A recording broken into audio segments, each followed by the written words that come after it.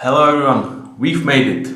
Road to Super Bowl Season 2 is officially here with its last episode with Cleveland Browns finishing the series with 32nd episode of season number 2. Well, don't you worry, there should be a lot more coming within the season. It should not be the case that you will have to wait to Road to Super Bowl Season number 3, which will come after the season, so early February up to March. You can expect Road to Super Bowl Season 3 with digging deep dive into review of the season for each team, looking at their financials and their plans for draft and free agency. But today we are finishing the Season 2, and what should come in between should be shorter videos in terms of trade ideas that I have that I think teams should focus and prioritize before trade deadline. So that's what's going to come in next several weeks. I want to make weekly highlights or weekly talk about every single game, so that should be coming every Wednesday or Thursday. We will see if I can make time for it. I hope that if injury or health bug doesn't strike me again, or the one closest to me, that I will be able to do it for it. So I'm really excited about that. And also there will be some, let's say, not unrelated topics, but some individual videos Jordan Love, is it the way or not? Should you be going the same direction as the Packers did with him? But shift our focus back to the Cleveland Browns, and just today I've found out a late masterpiece of actually Colin Cowherd show 7 years ago. They've made a Bill Joel parody of Browns Are Dumpster Fire. It's about their QBs, and kind of unfortunately it still sticks for the Browns. But even with that being a huge question mark of their season, they are going to be a nasty team. And you might be surprised how good the Browns actually are. So let's dig deep into their roster, and we start with the draft. And unfortunately I was not super impressed with the draft. It starts with Mike Hall Jr., who I'm much lower on than some other guys, and I'm not saying this because he has off-field issues as of right now. I've made this grade before, those issues arise, so it doesn't have anything in common with that, though obviously as a player and as a person it's really worrying, especially for this organization. You don't have a lot of negative publicity and off-field issues with your other players. But even before that, I felt that this is a wrong pick for the Browns. And why I'm saying that is they are doing, I think, a really great job that despite making one of the worst trades in last decade, with Deshaun Watson just not being the guy that they were buying in for incredible amount of money, for incredible amount of draft picks, even with that, they are able to put up kind of a Super Bowl roster talent. If Deshaun Watson was what they thought, kittens. If Deshaun Watson was a guy that they were buying, presumably top 10 QB in the league, the Browns are Super Bowl favorites in a way. That's nuts. We will get into that, but really, you will hear me out and you will see why I'm saying that. But even with that, they were able to put up an excellent roster. Well, eventually, money will catch up. With Deshaun Watson cap hit for this season is much lower than it's going to be for next. I'm going to give you exact numbers. So for this year, it's Deshaun Watson 28 million. For next year, it's 73 million cap hit. And this already means that he has the same cap hit for 2026 and also 27 million in void year. So it's he will probably push some money down the line, but now it's time to pay for your sins with Deshaun Watson.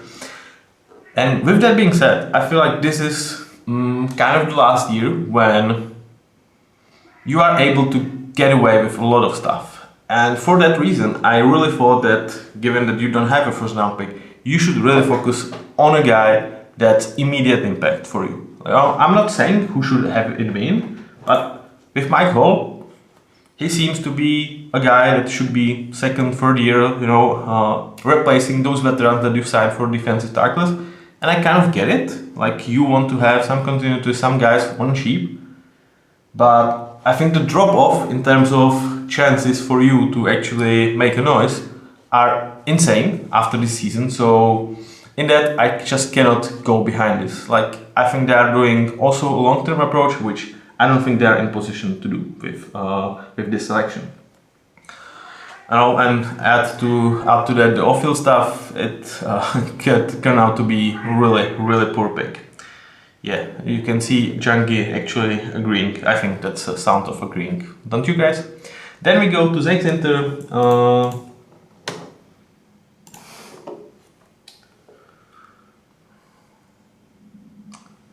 Again, you might say, well, why you are like more happy with Zach Center? Because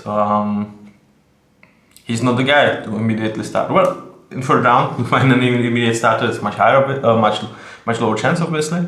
And also, like you didn't have really good depth for this offensive line, and with Zach Center, he's kind of getting you that.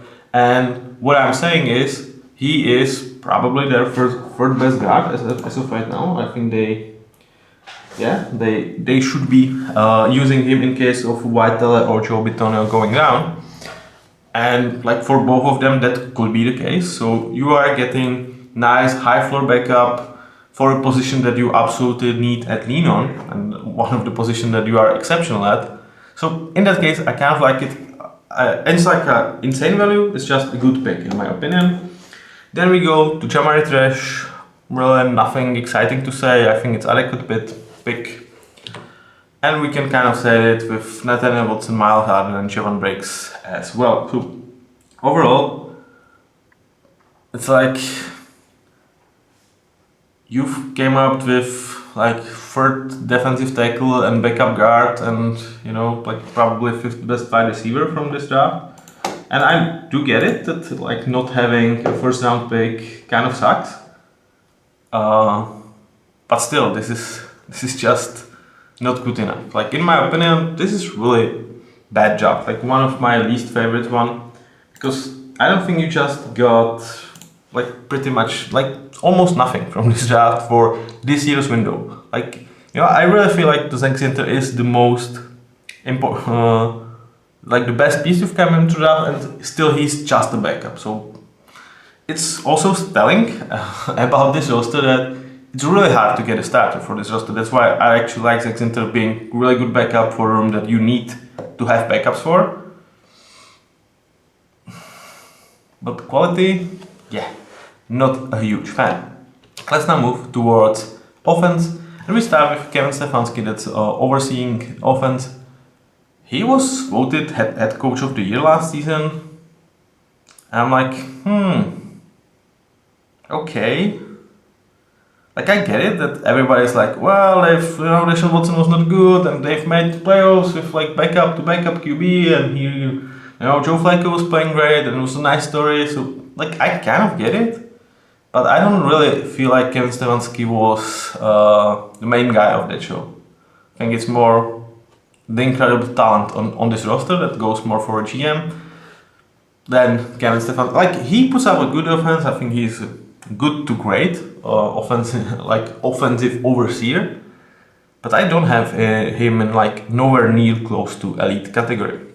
Now let's check what he has to work with, and it obviously has to start with Deshaun Watson, who like it's really hard to rank him. I mean, good starter. It's like we've seen him played like 12, 14 games, something like that with the Browns.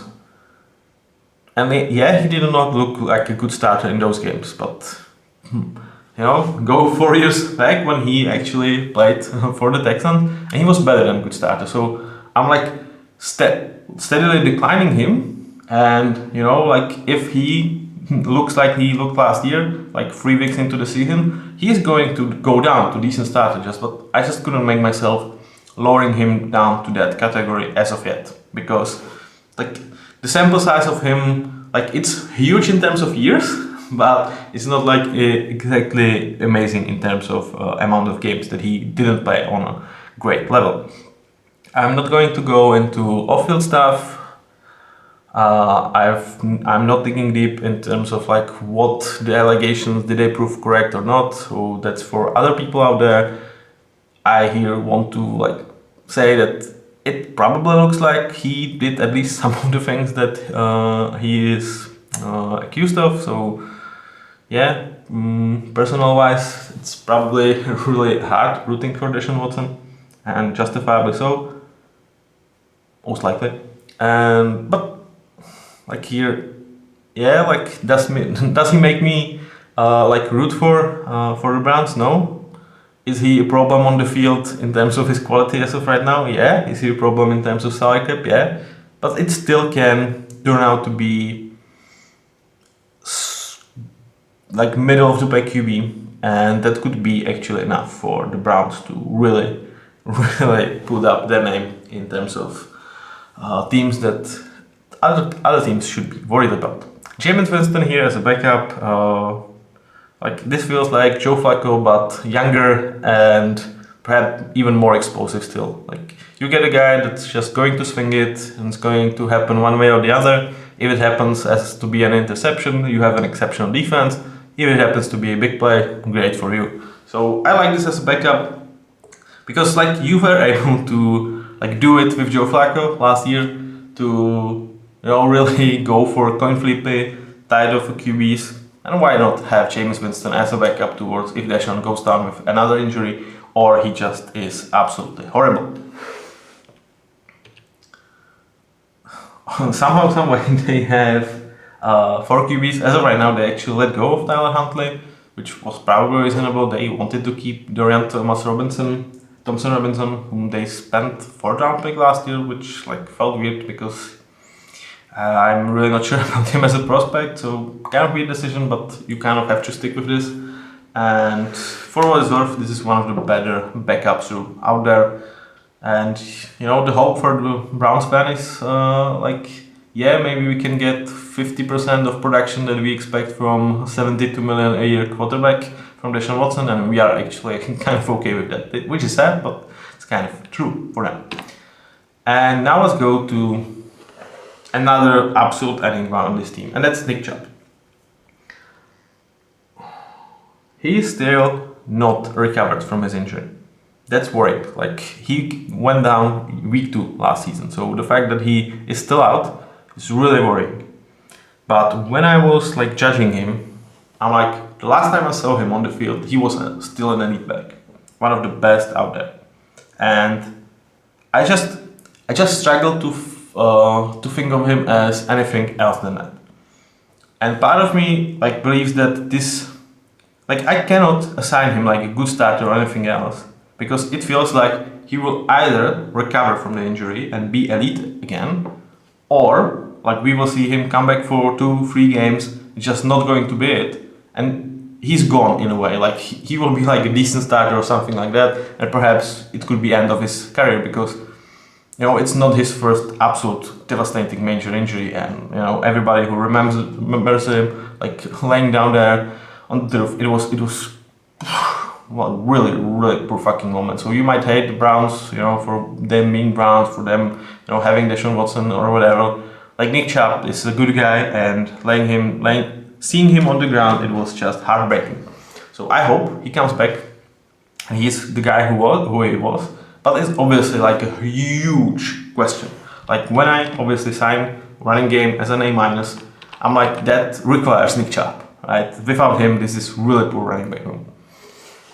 And you might say like, well, you said that you put injuries into your gradings for the whole room, and I'm like, yes, I do. But to me, this is like I either have to put E or an A. Like I cannot go in between because the chances are like really, I kind of don't see Nick Chubb coming back to just be good and kind of risk his health if he is not able to be excellent. Like I really feel like this is either end of the road for him or he will come back and be strong enough. I just don't see a level in between for him because I think he's that type of player that if he cannot give it 100% or at least 90%, he won't like jeopardize his health a long term, which I think is actually kind of a right approach. Like perhaps leaving some money on the table to preserve your health and to not like try up for average to be average.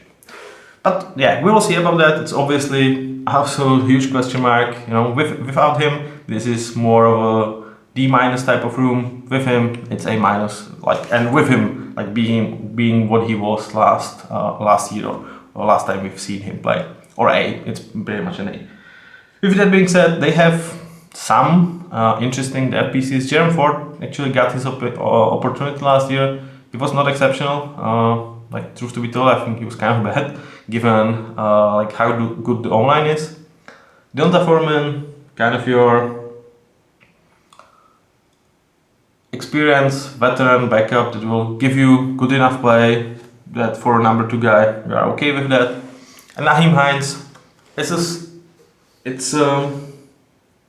someone that they like already let go. It was kind of always a long shot with him. You know, can he come back and be a guy that's like kind of elite threat in terms of being receiving back and kind of okay-ish runner? It seems like he cannot, and they have Pierre Strong instead of him on the roster. So as of right now, this is more of a D to D- type of running back room because Nick Chubb is out, and we will see what is going to happen with them. And obviously, like Nick Chubb and Deshaun Watson, you know, like with Deshaun Watson, he's probably lesser of a question mark. You are kind of settling in that he's just not good and not even reaching a potential to be great. And with Nick Chubb, you just don't know, but it seems worse than I expected. So for what it's worth, that's a bit of a problem. Now you go and you check this wide receiver room, and it's one of those that are assets to your team, but I'm not saying they are overlooked in terms of NFL, but there's just really a lot of great wide receiver trios, duos out there. So this is a great room. This is an asset, but it's not necessarily like top 5 room. So you have your number 1, Amari Cooper, absolutely guy that deserves it, about like 10 to 15 best wide receiver in the game. Absolutely a guy that can get kind of overlooked because he went from Cowboys here, and it's like, well, you know, good for you. No, obviously not, like in irony. But yeah, I think he's exceptional, man. Like he's absolute beast out there. So really great player. Then I went on trade for Jerry Jeudy and immediately paid him, and I was like, what, 20 million a year for Jerry Jeudy? And this really feels like, I wouldn't say desperate move, but being like, well, we know the cap hit is going to hit on us hard, and we kind of need to really swing for big, which means like we know Jerry Jeudy has talent, and we believe that perhaps he can emerge as a great player, for which $20 million a year would be a bargain, and that's kind of what we need to swing and aim at. Because in that case, we may let go Amari Cooper, and we would have really great room for, I wouldn't say cheap, but for good amount of money. But is Jerry Jeudy necessarily worth 20 million right now? I don't think so. Does he have that next tier or even like 2 tiers in him? Like, I kind of understand why you may think so, but I don't really see it. So to me, it feels like an overpay. Feels like weird situation that they've done. But this front office actually, like, beside the Deshaun Watson trade, actually, like, they've earned benefit of doubt from me. So I'm not going to say like this cannot work for them. I don't think it will, but I don't think it's like beyond the realm of possibilities. And as of number 2 guy, he's definitely going to be a good weapon here. Then I have Elijah Moore, kind of your, I wouldn't say generic number 3 guy, but a guy that you would hope for someone better, but it's okay, especially when we go towards tight end room. With Cedric Tillman, Jamar Chase, David Bell, you have quite a nice backup room. And your second best weapon, I would say even over Jerry Jeudy, is David Njoku. And boy oh boy, did this guy just make a stamp on NFL field late in the year. He was exceptional. They figured out, well, just feed David and he's going to produce. Like, post reception, he's one of the best players in the league. Like, straight, like, he's exceptional. Like, he has body size, he has really good juke moves. He's big, strong, and kind of quick on his feet. He's really tough to get down. And if they can continue what started late last year, we might see David Njoku enter the elite starter category. Like, I don't see him actually like being on the same level as Kittle or Kelsey, but like Mark Andrews, in terms of like not necessarily the same amount of like play, but in terms of quality, I think that could be an upside that he could reach as early as this season. Behind him, you have Jordan Akins, which is like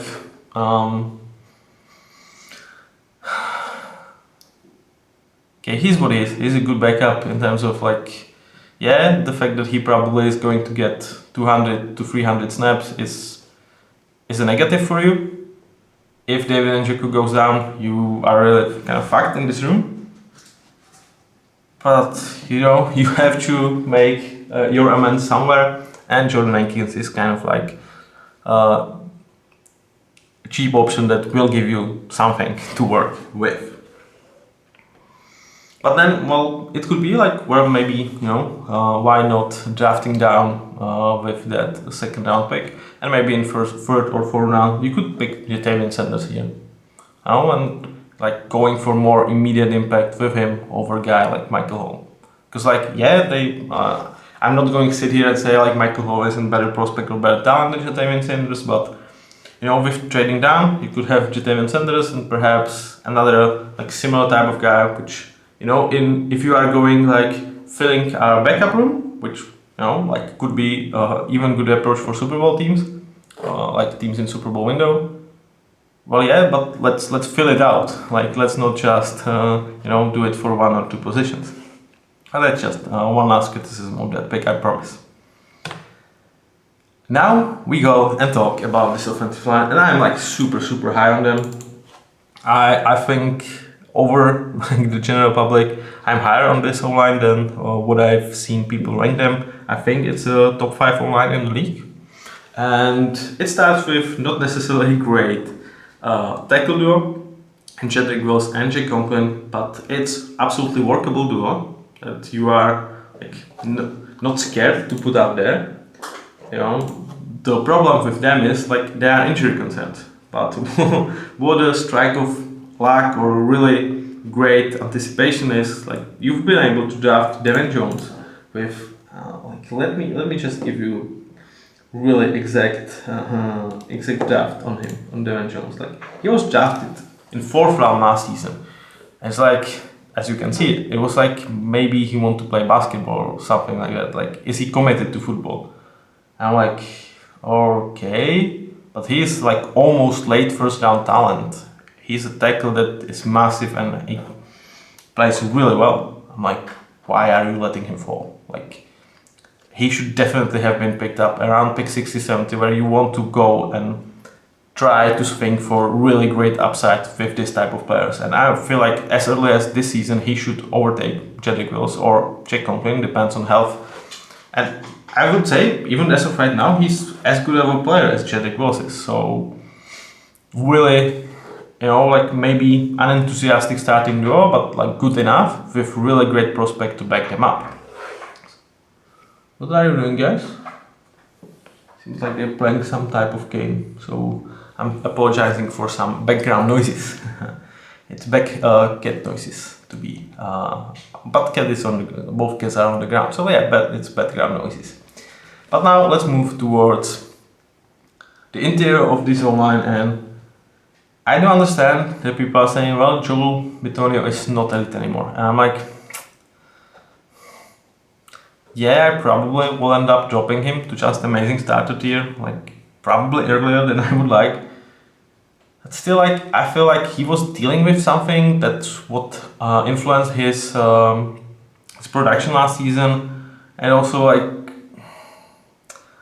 I think it doesn't help when there's 4 different starting QBs behind you, where there's, you know, you don't have Nick Chubb necessarily, so like you have to do things kind of differently for each of those QBs, each of the running backs. So I think he was influenced more in terms of like, I need to do perhaps different stuff, try to do more when, you know, there's when there is like Dorian Thompson-Robinson behind me. and that hurt him in a way. Like he was, in my eyes, he was trying to do too much rather than just focus on being exceptional. So I think he can get it back, and still I would grade him as an elite starter, but he's definitely on the watch list for me to grading him down if he feels like he did last season for first 2 or 3 games. But still, one of the best left guards in the league. And Wyatt Teller makes, with Joe Bitonio, like top 3 to top 5-ish guard duo in the league. He's just absolutely exceptional, man. There's really nothing bad to say about him. Like, is he the greatest out there? No.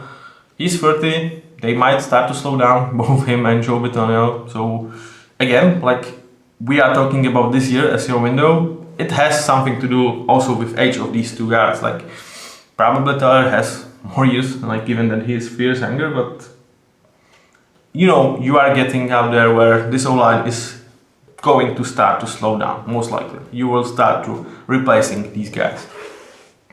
And that's also the case for Ethan Poach. Like, Conklin is 30, Poach is 29, Teller is 30, and Bitonio is 33. So this is kind of an old O-line, but really great.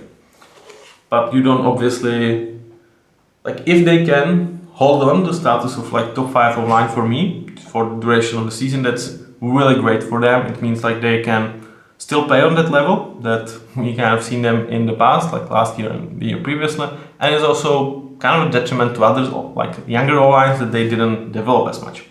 Ethan Pocic, man, why are you not a Seahawk? Like, it was like, when you were a Seahawk, you were bad, and then you started to being good, and then you left us. Like, or we let you go. Like, I'm not holding a grudge against you. He's like good center. I'm not saying like he's anything special, but he's good starter that you are absolutely happy with, kind of middle of the pack guard. So overall, I really feel like top 3 guards in the league in terms of duo, and kind of no bad piece for this O-line. Is really one of the best O-lines out there, probably top 5 in my opinion. And it's like kind of doesn't end there, because you have some backups where it's Brian Allen, whom they let go, maybe. No, yeah, they let him go. But it's still Nick Harris, Zach Zinter, and Davon Jones as your backups. Even Michael Dunn has some plays, but he's as of right now injured. So this is actually like sneakily deep room that, with Zach Zinter, like similar to Davon Jones, like you kind of are preparing that backup plan, and he's good enough right now to step in for if the guys got injured. So like they kind of went some weird, letting go Brian Allen, bringing back Nick Harris from the Seahawks as their backup center. So I think they are very well set to endure even some injuries for this O-line. Yet, if obviously the drop-off of the quality would be really amazing, really big, because, well, we kind of say that are really good as of the starters. Hey guys, can you tune it down, please? Please? Come on. It won't be no Tuna Tuesday if you are not tuning it down. Tune it down or no tuna. You can hear they disagree with me. But that's your offense. Like, you can still think that they can be, if things go really the right way, they could be a top 10 offense. If Nick Chubb is back and is elite. If this O-line is not aging quickly and it's like still great. And if Deshaun Watson kind of figures shit out and is like 60-70% of what he was in Houston. But those are huge ifs. As of right now, without Nick Chubb, like let's check it out how I would grade it. So as of right now, it's overall like a C type of offense. Great O-line, but in terms of run and pass, in terms of weaponry, you are pretty shit. So good luck. Hey guys, come on, tune it down, or I will need to get up. Now let's talk about the defense for the Browns, and it starts with Jim Schwartz, who. I have to tune them down. I told you. Okay, I'm back. Sorry for that. Okay, it starts with Jim Schwartz, and I need to change his grade. Because as I was getting through my prep for this, And I'm like, I've assigned those grades literally like April, May, and then I was like looking through shit. I feel like, well, Jim Schwartz needs to be graded higher. And I'm not going to rank him as high as I've seen people rank him. I think he's a B plus defensive coordinator. And the reason behind this is like he has insane amount of talent, and sometimes just they can lay an egg. And it feels like that should not be the case when you have so much talent on your defense. So he's better than a B, but I'm not ready to put him in an A tier or even A minus tier category. So let's check out what he has to work with. And it obviously starts with Defensive Player of the Year in Myles Garrett. Now, some people argue TJ Watt, some people Nick Bosa, some Max Crosby. I would say he's probably the best. If you said and made me choose the one, I would probably go for Myles Garrett out of all of these guys. Micah Parsons, TJ Watt, Nick Bosa, Max Crosby. And it's like creme de la creme of the edge guys. He's freaking monster. Like, what really separates him from the other guys is like he faces double team more than those guys and still keeps up these numbers. So he's just insane. Like, there is no bad word to say about Myles Garrett. He's one of those rare, highly drafted edge guys that actually, overperform what you expect of them. Because, yeah, he's one of the best players in the league. It's easy as that. And the crazy thing about this room is you have Zadarius Smith as your number 2. And he is probably still like 15 to 20 best edge guy overall. Teams for a lot of reasons. Most likely it's like his persona is kind of, like nobody, like not everyone can deal with that. He also like kind of says fuck defending the run. Like, I'm not doing it. Like, yeah, like if a guy like runs by me, I might, try to poke him. But it's like, I'm not enjoying that. It might be like he's saving the energy, but here they are just absolutely, well, okay, Zadarius. So we understand. Let's just focus on you being a pass rusher, and he does that insanely well. Like, in terms of raw pass rushing abilities, he would attack top 10 as an edge guy. The fact that he's just not complete with his run defense like puts him down towards that 15 to 20 category. Yeah, you tell him to tune it down.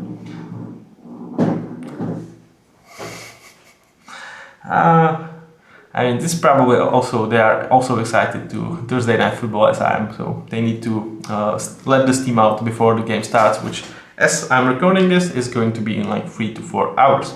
But let's go back to Zadarius Smith. So they really have Ogbo Okoronkwo to kind of alleviate some of the pressure on Zadarius Smith and be out there for more of the rushing downs, which kind of maybe is not necessarily his strongest suit. Like, he's slightly better pass rusher than he's a run defender, but it makes sense. And they also have Alex Wright to help like settle this room, and this is like literally easily one of the best, if not the best, edge room out there. Like, in terms of their top 2, I struggle to see a better duo out there. Then we go towards interior, and you have your Dalvin Tomlinson as the best piece here. Problem is, like, he comes, like, it's okay. When I said that this front office makes really great job by finding value picks and finding value guys on the market, it's kind of, they're willing to take risk on guys with like quirky personalities and of guys that are injury risk, which kind of consists Shelby Harris, Quentin Jefferson, and Dalvin Tomlinson, like for all of them. And it like doesn't start there because it's the same with Maurice Hurst, and then you have Mike Hall with other concerns. So like this whole room is like, well, they are deep, so that's good.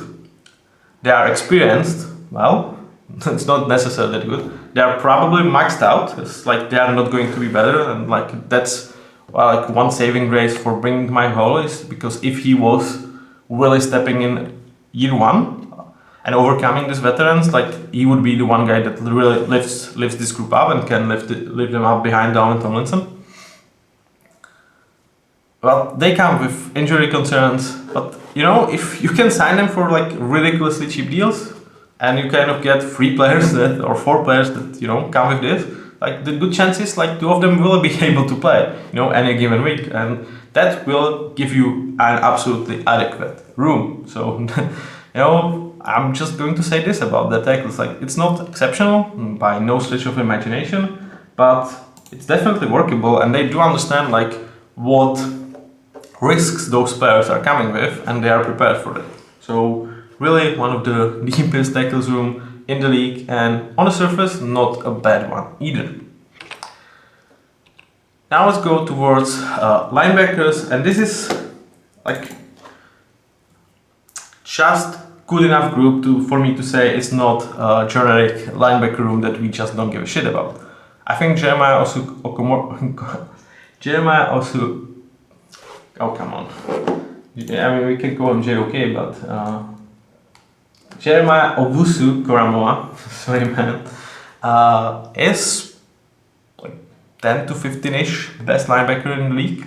And with Jordan Hicks, he was really playing well for the Vikings. Now for me, like not putting him into good starter is, I wouldn't say a crime, but it's like slight concerns. Can he repeat that performance that he had with Vikings in a new system here with the Browns? And if so, like week 2, he can expect to be elevated, and that converts really quite a nice linebacker duo. Now I would say it's probably a top 10 linebacker room that actually can be an asset for this team. The problem is, if some of them, one of those guys get injured, you are kind of fucked because there's like Tony Fields as your backup for this group. So, you know, again, like kudos to the front office, but they are really understanding like we have to kind of go on in terms of some positions. We cannot have backups for them. We just need to be kind of lucky for those guys to stay healthy in order to, you know, being able to really have super talented roster when you are 3 years without your number 1 pick, and the guy that you got for that is like, is he even a starter in this league? Like almost. So it comes with, you have to make certain adjustments towards your expectations, perhaps with some backups, and they definitely have done it with linebackers room. But as of starters, boy oh boy, this is really nice duo. And with safeties, I think it's a similar conversation to what I was saying about linebackers. It's kind of nice, solid duo of starters with Grant Nelpit and Juan Thornhill. They are quite a similar players. let's face it. You know, quality-wise, style-wise, what they do well, what they don't do necessarily well. So you have 2 good pieces, and you probably have better backup in like Rondy McLeod, though like he's 34 and he is not coming from obviously from his best season.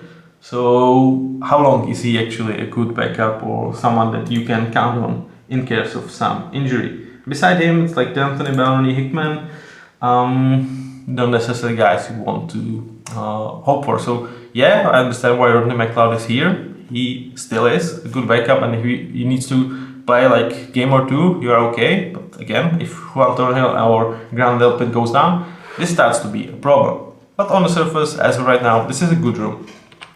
And then we go towards cornerbacks, and you might look like, where's the guy? Here he is. Here's Denzel Ward. I really wanted to end up with him, so let's not start with him. Greg Newsome. Like there's one problem with him, and that's the fact that he just cannot freaking tackle anyone. Like, you know, he's out there with like Terry Cullen for guys that, you know, usually like being not able to tackle or being not like bad run defender as a corner, like is not a huge worry. But those guys kind of pushed it to extreme that, it actually is a worry for those guys. So let's hope that he can like improve in that area for like 10%. And if that's the case, he is one of the best number 2s out there. Like he's as of right now in terms of coverage player. And I definitely do have important starter very early in season working for him. And I would not be surprised if he ends the year as an amazing starter. He is really exceptional. They found really great piece in him, and perhaps in future, if they want to get cheaper, maybe they could be thinking about letting Denzel Ward go. Not letting him go, but trading him for some other pieces, because, well, like I said, the finances will be catching up very, very soon. And Denzel Ward is scheduled to make, let's be concrete about that. He's scheduled to make 12 million this year, then that's 25 million, 30.5 and 27. So he's exceptional. Okay, let's just not go to Denzel Ward. Like, he's exceptional. He's 7 to 8 best corner in the league, but like, he has some injury concerns. And also, well, he's not cheap anymore, obviously, because he's great. Like, they needed to pay him, but when the financials start to catch up and you have Greg Newsome as ascending potential really good number one corner, perhaps this could be a guy that you think about trading him. But that's obviously not going to be the case for this year. But keep that in mind. Like, next off season, I would not be surprised if Denzel Ward is some similar story to L'Jarius Sneed, where Chiefs are, well, we would like to have you, but we kind of cannot afford it and we want compensation for you. So don't be stunned if Denzel Ward ends up on a different team next season. But as of right now, him as your number one guy, Greg Newsome as your number two, and then you have also Martin Emerson as your slot, who is already he's absolutely knocking on the door.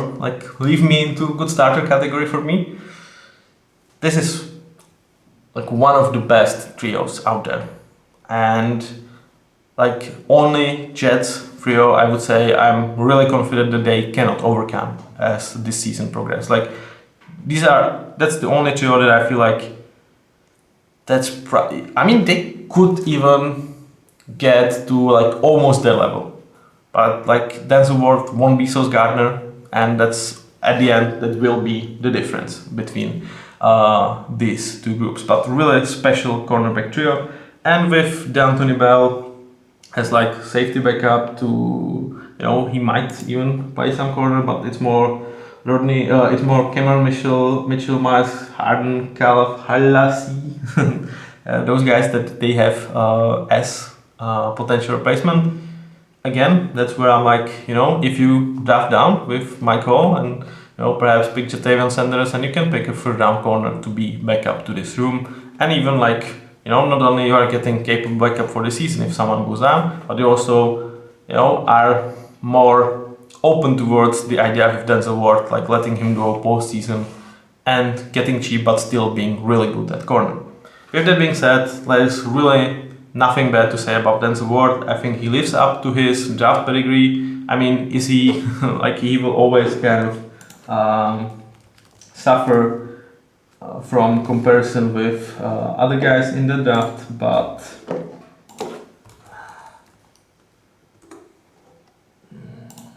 oh, come on.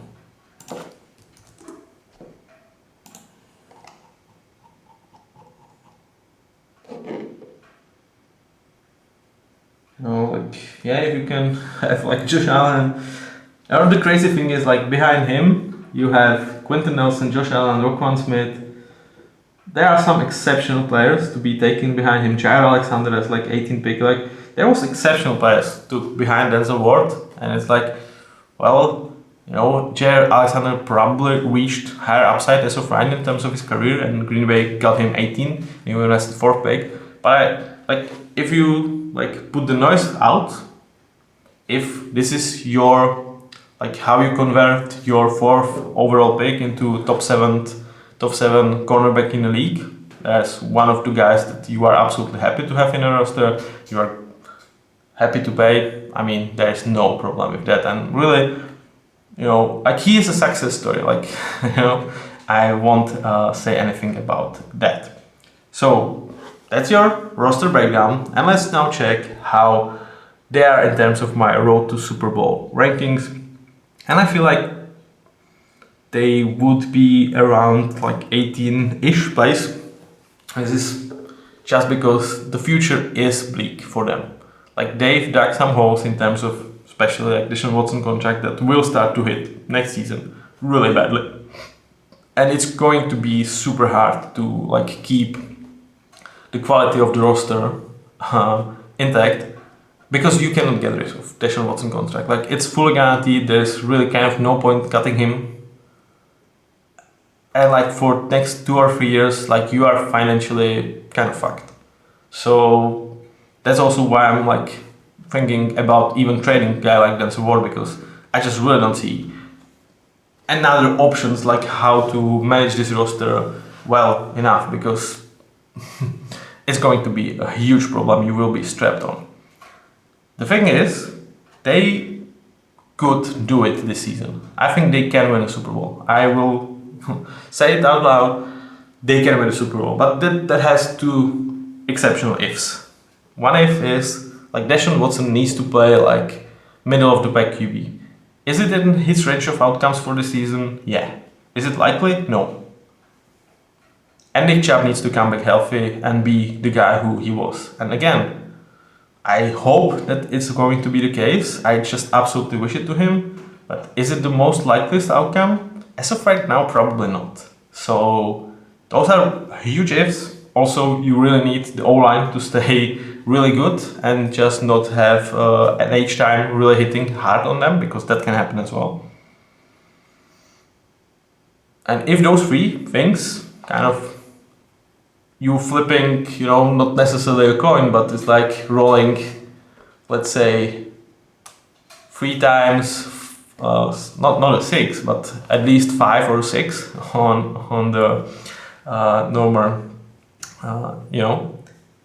crab. I think you call it crabs, guys, right? I'm not actually sure how to translate, but you know what I'm talking about. Rolling, rolling the dice. So sorry. No. So it's like hitting like at least 5 and 2 6s. If you can hit all of that, now we're talking about the team that absolutely can win it all. But it's not, obviously, it's not the most likely outcome. They have incredibly tough division, and it's going to be interesting to watch Browns. But like, I was not surprised that they made playoffs last year, and this is because the roster talent is insane here. Like, they really put a good show. And now let's talk and end the series with talking about upside and kind of the floor for this team. And I think the floor is actually quite big, and it's 8 wins. And why I'm saying that is, well, they've made it last year without, like, with Deshaun Watson being bad and with his backups being without Nick Chubb pretty much for the whole season, and they still had 11 wins, right? Am I not mistaken in this? They had most wins on 2023 records. Yeah, they had 11 wins. With that already being said, like, of course there is another layer for this O-line. Can they keep up? But still, that's like impressive, hella impressive. Like, okay, those Bengals having Joe Burrow down, I get it. But it's like from 11 wins to 8 wins. Like, I really say, the floor 8 wins, I think is absolutely reasonable for them. And in terms of their upside, I would say it's 12 wins.